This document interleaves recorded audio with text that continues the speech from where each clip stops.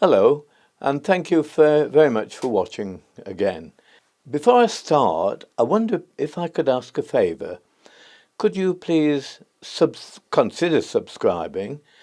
And also, if you like the video, do please tick the like button. I think it does something to the YouTube algorithms, and they start to give me a little bit more prominence. And that's it, really. I want today to talk about something which has been an ever-present in my life, and I'm guessing an ever-present in yours from time to time, and that's to do with the purpose and meaning of life. Is there any purpose? Is there any meaning? You're not the first to think about this, by the way. People have been thinking about that from the very beginning, so we're all in good company as regards that.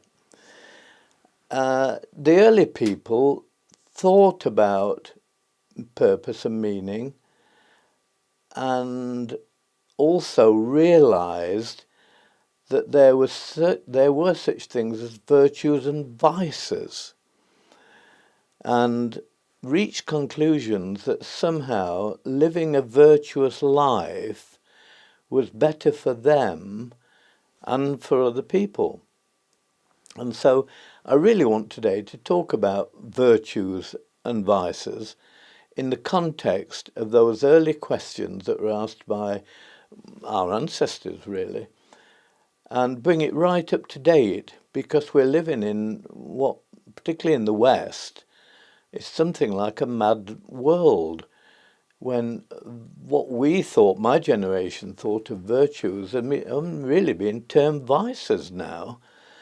And that's very difficult to come to terms with. And so I've been wrestling with it. In fact, wrestling with it to such an extent that I've been a month or more writing and rewriting and trying to make sense of it. And my wife and friends have been a bit honest, and that's always a good thing, with the results that I've achieved so far. Words such as "I never understood a word of it" come to mind, and I was all right with the first page, but then you lost me. And one friend went so far as to count the number of words he'd never heard of before. So I think some of those words will still be around today. But what I've decided to do, and it is a bit of a risk, and please bear with me on this one, I'm going to do it from just a few scratchy notes, in the hope that it makes a coherence and we can go from the beginning through to the present day and see a role, if you like, for virtues, and see what people in the past and the people today are, how they're practicing them and what they regard as virtues. So, going back to the beginning and that struggle, a more modern chap, Descartes, you may or may not know this, decided to check what it meant to be conscious. And that's obviously connected with meaning and purpose in life. And he shut himself in a dark oven, I think for 2 or 3 days, to try and deprive himself of all sensory perceptions, senses. So he certainly couldn't see anything, he was in the dark, and he couldn't hear anything, he was locked in. He probably felt the sides of the oven. Anyway, he came out at the end of this 3 days and said, "Cognito ergo sum," which in English is "I think, therefore I am." So he realized he had a sense of consciousness. I listened to Jordan Peterson the other way, by the way, and he said, we still don't know what consciousness is. We know it's something to do with electrical activity in the brain, but it's more than that. So there we are. If he doesn't know, I don't know.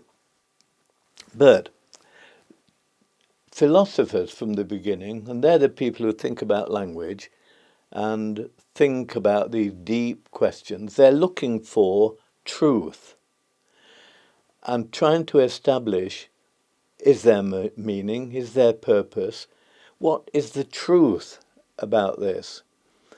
And the human race seems to fall into two groups on that.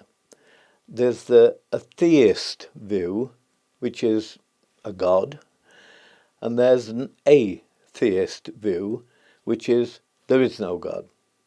So that's one useful distinction to bear in mind.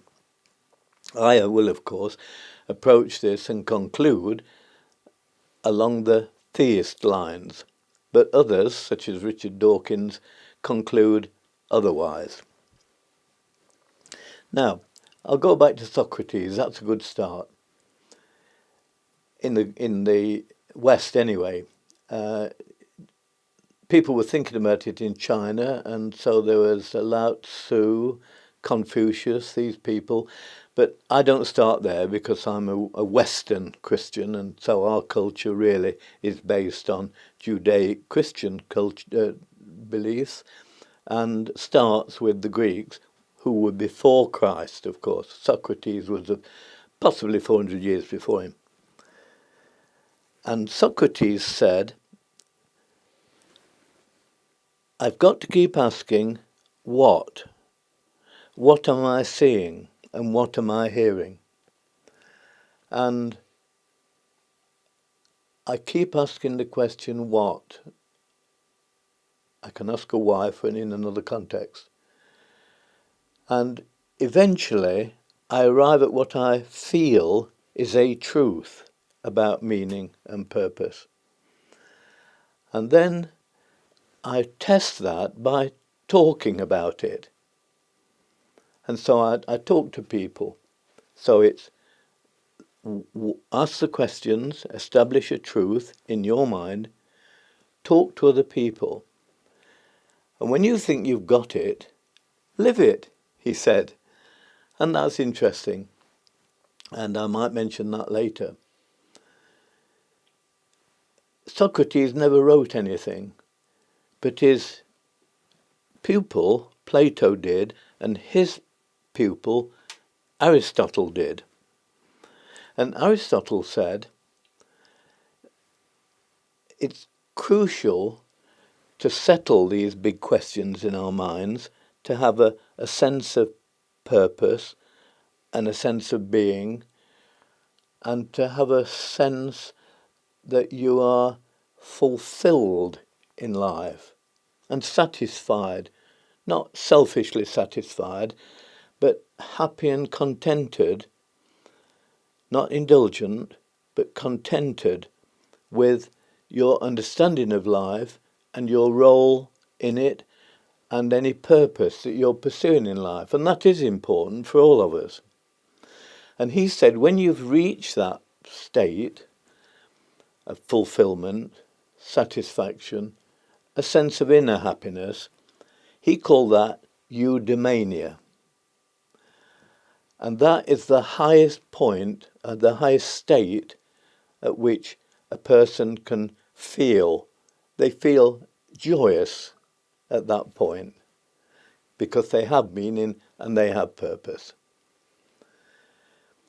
Interestingly, the Indian religions, Hinduism, Buddhism, Jainism, Sikhism, all have a similar view, Dharma, Nirvana, very similar to Aristotle's eudaimonia.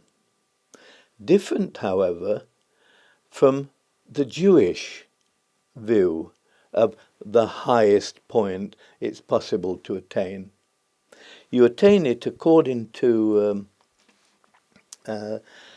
Deuteronomy, I think it is, Deuteronomy 6, by loving the Lord thy God with all thy mind, with all thy heart, with all thy soul, and with all your strength. That, to the Jewish mind, and that to the Christian mind, is the highest place on which to focus our attention in order to be in what Aristotle called eudaimonia or nirvana or dharma, depending on which religion we're addressing. However, I would say, and will say later, that to the Christian, that high point means more than Aristotle meant and more than the others mean.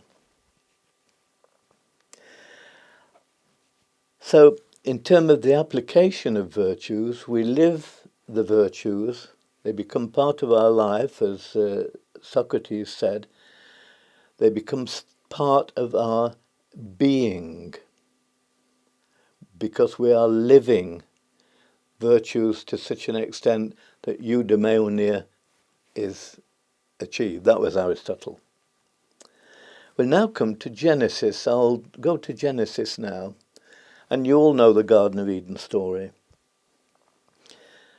Man was made, and, important, women were made, imago Dei. Now that's a Latin word, 2 words, meaning made in the image of God. That's why we say imago Dei, because it's a quicker way of saying it. They were made in the image of God. Now what does that mean? A bit of look-alike, I suppose, in a way.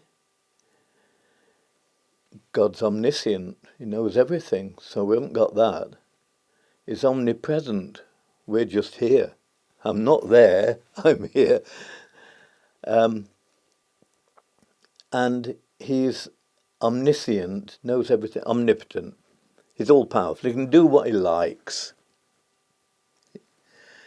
And can create the whole earth and the universe and everything. That's according to the creed, of course. I believe in one Lord, one God, creator of all things, seen and unseen, and that unseen is important. Adam and Eve, though, were given a big permission. There they were in the garden, paradise. They could do anything. But God said to Adam, he gave him free will because he said, you can name everything. You can choose. That's the origin of free will. So you can choose, you can name it. So that's a great permission, and you are the steward of paradise. We know the rest of the story, don't we? The serpent tempted Eve, talked to Eve and persuaded her, and she talked to Adam and persuaded him. So Adam, he probably thought, I'm making this bit up, he probably thought, I'd like a little business like this of my own. So I'd like to be a steward of my own garden, he probably thought. Anyway, he was tempted. And the self bit, I would like, meant that instead of imago Dei, by his own will, his own choice, not his choice so much as his choosing, he became imitatio Dei, imitation of God. So that was a big change. So big, in fact, it meant that he hadn't got the purity of heart anymore. He couldn't look God in the face. And so he hid. And I won't go any further into that story, except to say, for pride, for self, he fell. And the human race, and he was banned from that garden. He couldn't be in that garden anymore. And he came instead to what is essentially, I think, a paradise of earth, because it's a beautiful place. Wonderful, so beautiful, in fact, that some people dedicate their whole lives to keeping it. And in so doing, they place the earth as the highest point of their thinking, not God. But that's another story for another day. And so we fell, couldn't get back. The theology of the story I won't pursue, but Jesus got us back. Through the grace of God, he got us back. And so I suppose we've touched Deuteronomy and the first commandment. I ought to say at this point that you will remember that in Mark, Jesus said, he added one to it. He said, and love thy neighbour. Understanding that when we love the Lord with all our heart, mind, soul and strength, that's the, if you like, the first step to loving our neighbour. We can love our neighbour then because we accept that first God loved us. So we come back now to the highest conception of good. Jesus spoke and lived the highest conception of good. He performed many, many miracles. He lived the perfect life. He was tempted with power, tempted with food, tempted with influence. But he didn't succumb to any of those. He lived a perfect life. Such a life that miracles, the stilling of the waters, the healing of the sick, the healing of mental diseases, devils they called it then, the raising of Lazarus. He did all of those things to demonstrate that he was what he claimed to be. He even said, I am the way, the Father and I are one. I'll now go to Moses and the burning bush on the I am. Moses was going up the hill and he saw over I'll say to his right, and he saw a bush burning. I thought, what's this? There's something odd about this, so I'll have a closer look. So I went a bit closer and a voice said,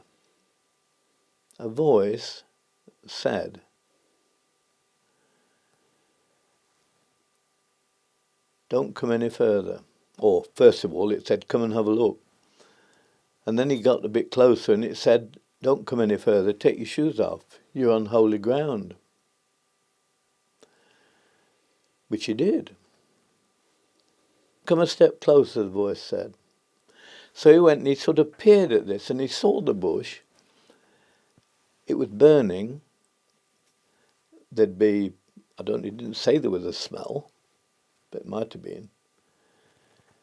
But the bush was burning, but it wasn't, there was no ash dropping. There were no little sticks falling down or leaves falling off it. It wasn't being consumed. So that was a mystery. And so he said, just as I would have done, and I guess you would have done as well, he said, who are you? What's your name? And I can imagine God having a bit of a chuckle here and saying, half a minute, Moses, you don't understand this, mate. You can't, because I know what you're doing. What you're trying to do is you're trying to pin me down here. You're trying to say, tell me a name, because when I've given you a name, you're going to put that in a box in your head, and you're going to draw a little boundary around it, and that's going to be God in your head. And when you've got me in a box, you can then add me to another box somewhere, and you can shuffle all these boxes around in your head. And when that happens, you think you've contained me. And you think you own me. No, Moses, that's not how it works. I am what I am. I'm not a being that you can classify and categorize and place in a box and possibly own. I am being itself. Now, that's a mystery, one of the central mysteries of any faith, but our faith. And I'll come back to that later. I am who I am. So, we summarise and say, so far, we've seen where free will came from. We've seen something about virtues and vices. I probably ought to have said a little bit more about that from Aristotle's point of view, because he saw vices as being at the extremities of a virtue, and he gave an example. I won't bore you with all the rest, but I'll give you this one. He said, at one extreme is rashness, and at another extreme is cowardice. Now I think we would agree, those two things are vices, in that they don't do any good for the individual and they don't do any good for anybody else either. And Aristotle said the virtue is courage. In courage, we exercise free will, we choose. We ignore ourselves if we're rash, as opposed to just reckless. And because we were made imago Dei, we shouldn't be ignoring ourselves. And bear in mind, we're stewards.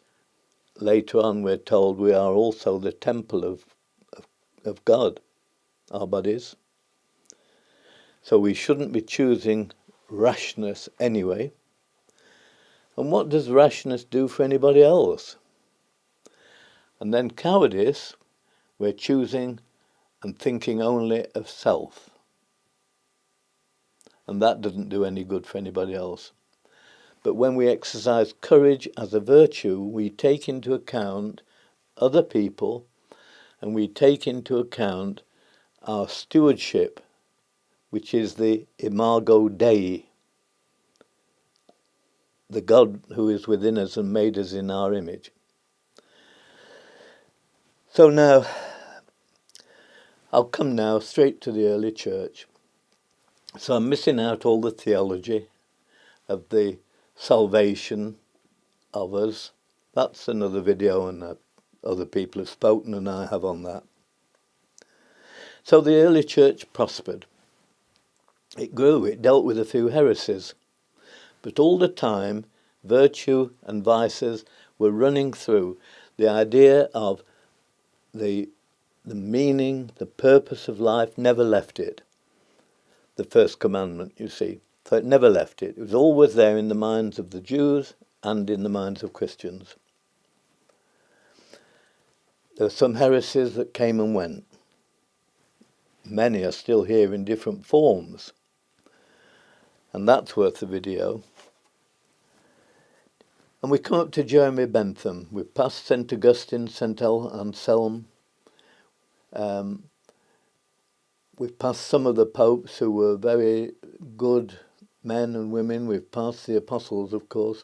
We come to Jeremy Bentham, around about 1770 to 1820, something like that. And John Stuart Mill, who followed him, he was a bit older. But Jeremy Bentham said, well, all this stuff at high things and virtues and vices and the thing at the top of the ethical tree, it all comes down to a simple instinct. A simple instinct, he said. And that instinct is that something's good if it decreases our suffering, and something's good if it increases our pleasure. So a virtue to Jeremy was something, anything, that reduced suffering and increased pleasure. It had no intrinsic value to the individual because, said Jeremy, and I'll use one of these words now, Jeremy said, what we must do is extirpate any thought of religion, even from our thinking, so we don't even think of anything to do with the theism. Jeremy was an atheist, par excellence, in fact. And so, in saying that virtue is only that which reduces suffering or increases in pleasure, virtue had no intrinsic value. The intrinsic value to the individual being that the value to that individual is that it draws him closer to God, to the being, the imago Dei, that he was created to be. Now, so that's Jeremy. So he's done away with individual virtue. Yes, he'd done away with intrinsic value. But he also then went on to say that because there's no intrinsic value, it's the greater good for the greater number. And in so doing, he therefore laid the foundation, set the foundation, to answer the question of why some people were sacrificed for the good of the tribe, but he also set the basis for the mass killing for the good of the greater number of Hitler, Stalin, Mao. Between those three of them, I think something like 60 million people were killed. And they felt justified because they were doing this for the greater number. The greater good for the greater number. And that even comes at a lesser level, comes down today when we see people cancelled on X, which you previously called Twitter. We see them cancelled like Socrates and like Jesus, not for what they did, but for what they said. And that's important to remember that. Socrates and Jesus. Socrates lived a humble, poor life, as did Jesus. Both did good. Jesus healed, however, the sick, showed his authority over the elements and so on, raised Lazarus from the dead, lived a perfect life, but he was killed not for what he did, because they discounted that in John 9 and 10. The scribes and the Pharisees specifically said, we're not thinking about that, we're not doing that, we're not going chasing you because of that, we're chasing you for what you're saying. That's happening today as well. C.S. Lewis, a wonderful chap, wrote a book called Screwtape Letters. And Screwtape is a senior bureaucrat in the service of hell. And he writes letters to a young trainee demon, whose name is Wormwood. And Wormwood, each person is called a patient in this book, and each devil has a patient to tempt and to try and suborn into the service of hell rather than into the service of good. And that's the essence of the book. And so each of us in this story has got a devil whose sole purpose is to tempt us in one way or another. And we've all been tempted. We know that because we're all a bunch of sinners. And we've been tempted, and a lot of that temptation is to do with, oh, well, it'll do tomorrow. Put it off. Or he did that to me, I can do that to him. Or is it in my interest to lie about him so that I can get a better job? All these sorts of things, these are temptations that we've dealt with. And Paul, had a lot of those sorts of temptations, and he finished up, didn't he, by saying, the good that I would do, I do not. And the prayer book says that. The good that we would, we do not, and the evil that we would not, that we do. And so we're all tempted in that way. And that got me thinking, there's a sacrifice in virtue.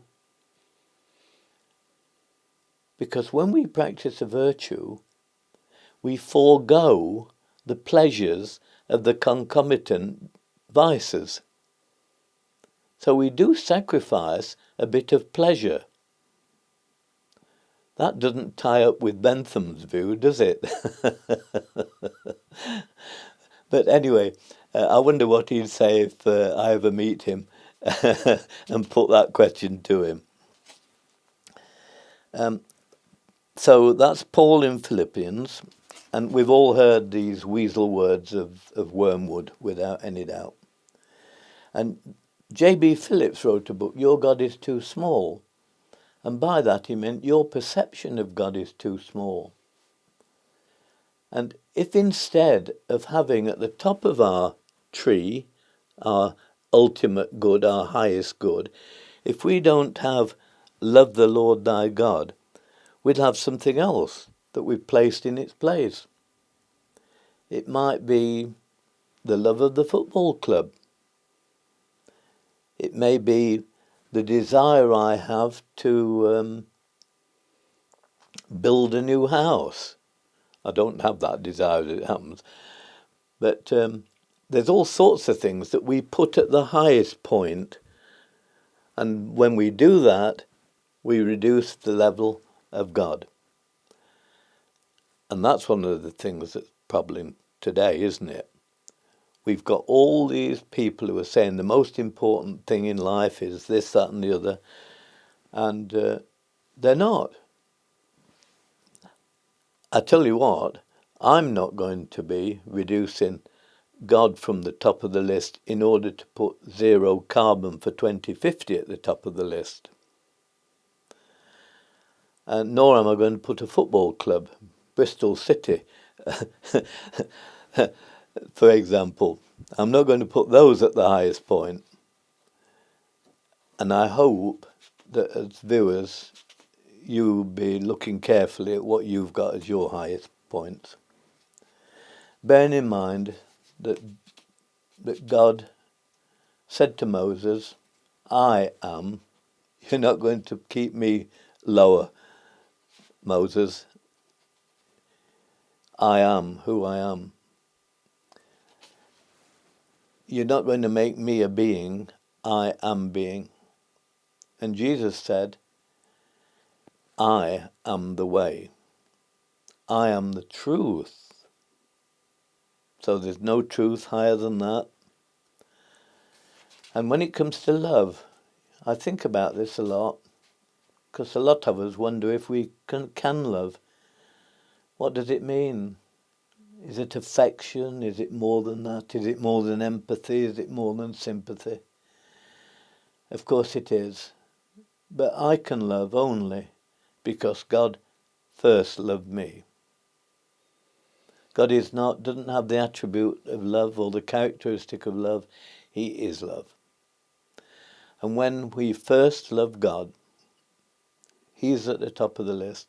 We can then love our neighbour. And we can then love ourselves. We can be at peace. We can be fulfilled. And we can be one in being with him. That's a higher state than Aristotle reached, or Dharma, or Nirvana, I think. To be at one with God, that's the ultimate, isn't it, really? The peace that passeth all understanding. As we are stewards of this beautiful earth, this finite earth,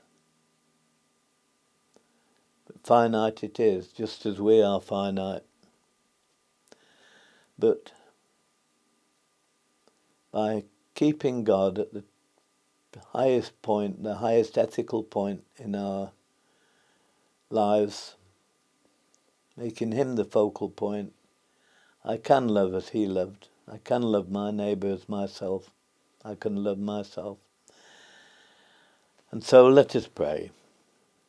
The peace of God, which passeth all understanding, be in our hearts and our minds, now and for evermore.